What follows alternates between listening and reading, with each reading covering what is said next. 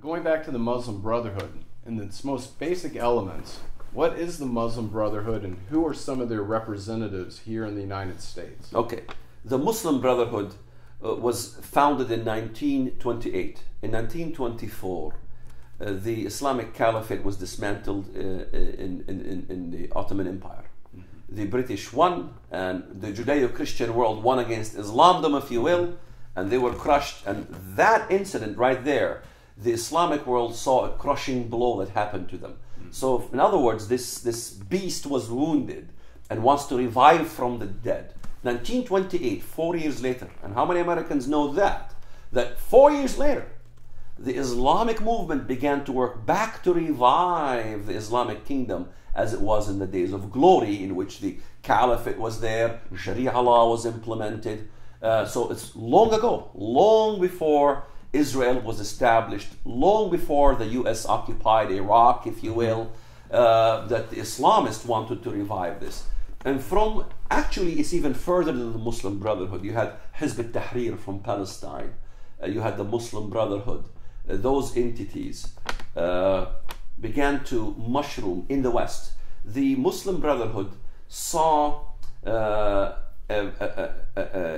a great opportunity in the West in which they can incubate, if you will, because they were rejected in the Middle East.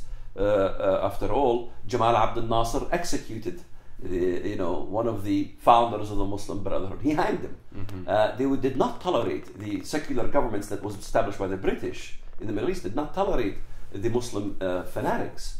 And so they began to go to the West. And from the West, from UK, to seeing that they had free reign, that there is a freedom of speech, they began to advance into the Indian subcontinent, into the Orient, into Europe, into the US.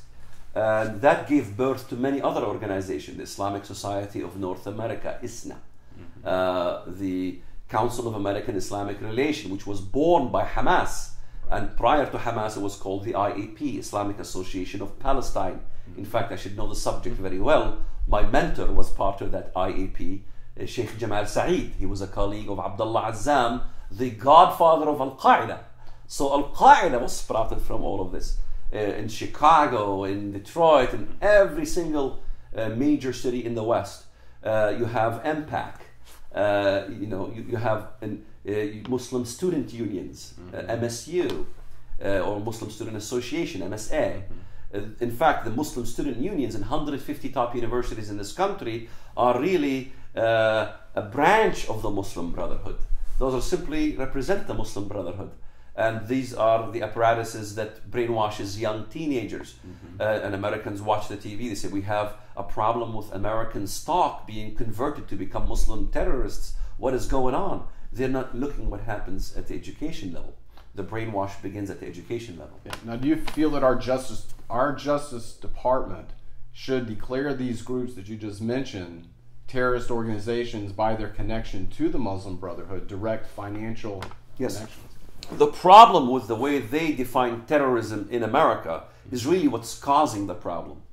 We're defining terrorism as anybody who does any financial act to support the murder of others or to blow up others. Right. But anything with a political act is a freedom of speech issue.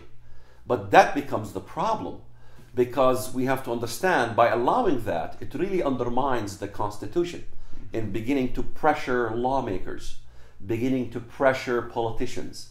And this is what Faisal Abdul Rauf says. He says that what we need to do is use peaceful means to advance in the political arena, peaceful means to influence the politicians and the lawmakers to make the United States Sharia compliant. So in other words, it's a Trojan horse. And if we allow this Trojan horse entry into the fortresses of this nation, then we have undermined the very basics, what this foundation of this nation is built on.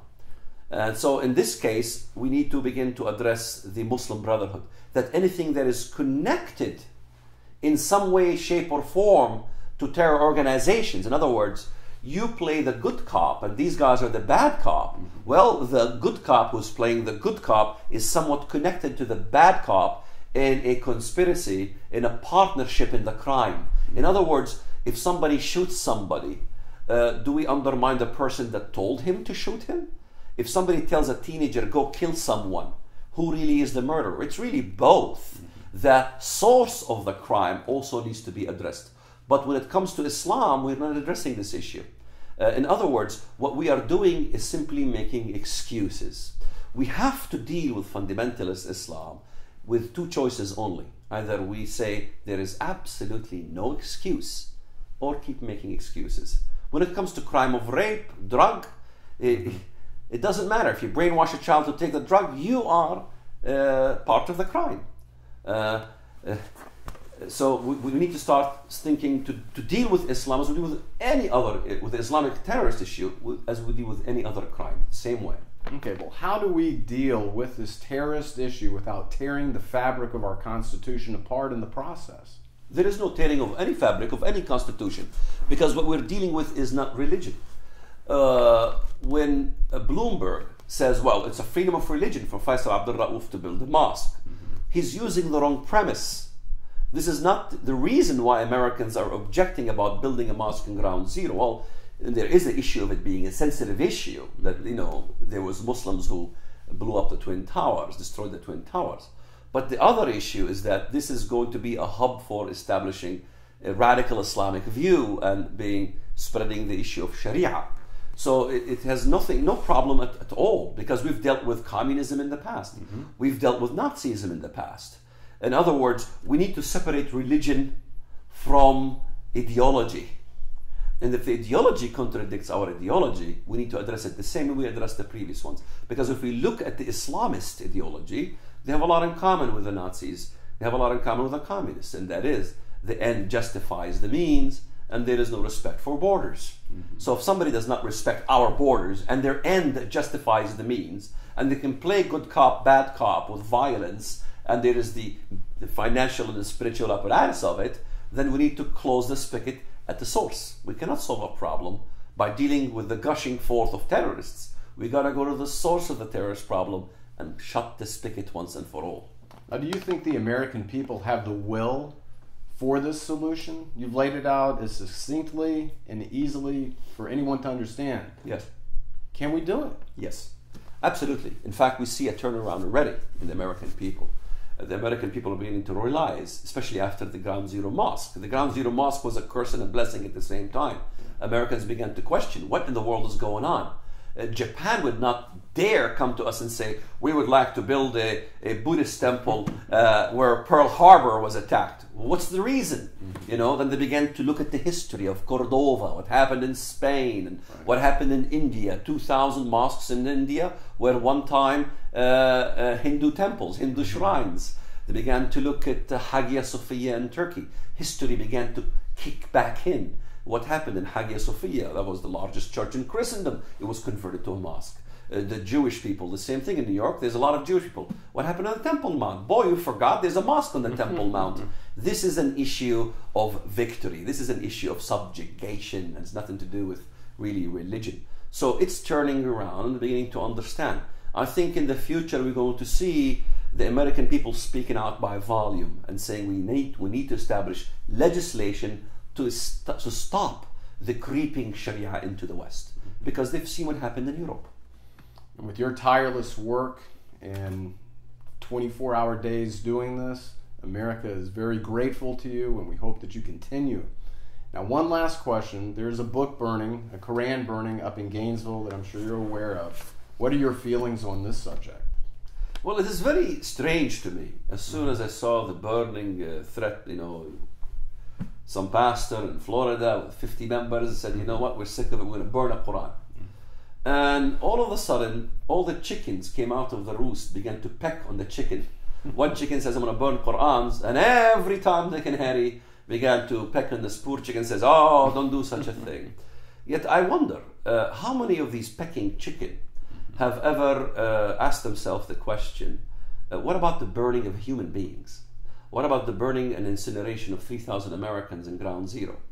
What about Muslims burning other Muslims, which they probably don't even see the documentaries, there's so much of it. What about the burning of Joseph's tomb? You know, I mean, we are a Judeo-Christian culture after all. What about the biblical characters? Joseph's tomb was burned and desecrated in front of the whole world to see. No one was pecking on these other chicken. You have even the birthplace of Joshua ben Yefuneh, Caleb. You know Joshua and Caleb, the biblical story. Those places were desecrated. Even the desecration of the place where Jesus was born, desecrated. Fire set in the place. So who's pecking on these other chicken? Now, I'm not saying that this is a good, wise idea to burn the Qurans. It's not my style. I wouldn't do it. I don't think we should burn Mein Kampf because we need certain copies of Mein Kampf in the library so we can study how the Nazi mind works. If we need to understand Osama bin Laden's work and what verses of the Quran he uses, we do need Qurans. So I'm not against having a Quran on the shelf. No problem. This is a country where there is freedom of religion, freedom of speech, freedom to burn the flag if you want. Not that we respect such a thing. I'm not pro-Palestine, but I would never burn a Palestinian flag because this is not how I deal with a Palestinian. I will deal through dialogue, and if it doesn't work, I will deal through war because we have a strong army. I think our military is very well equipped to deal with terrorists. Maybe burning the Quran is a bad idea. If it attracts the terrorists to Iraq, maybe that's when we need to finish the terrorists off. So I think we live in an age of fear and we are reacting. We don't need to react. We need to act. Mr. Shoebat, thank you very much for this interview. You bet. Anytime. Thank you. Shalom, shalom. Shalom.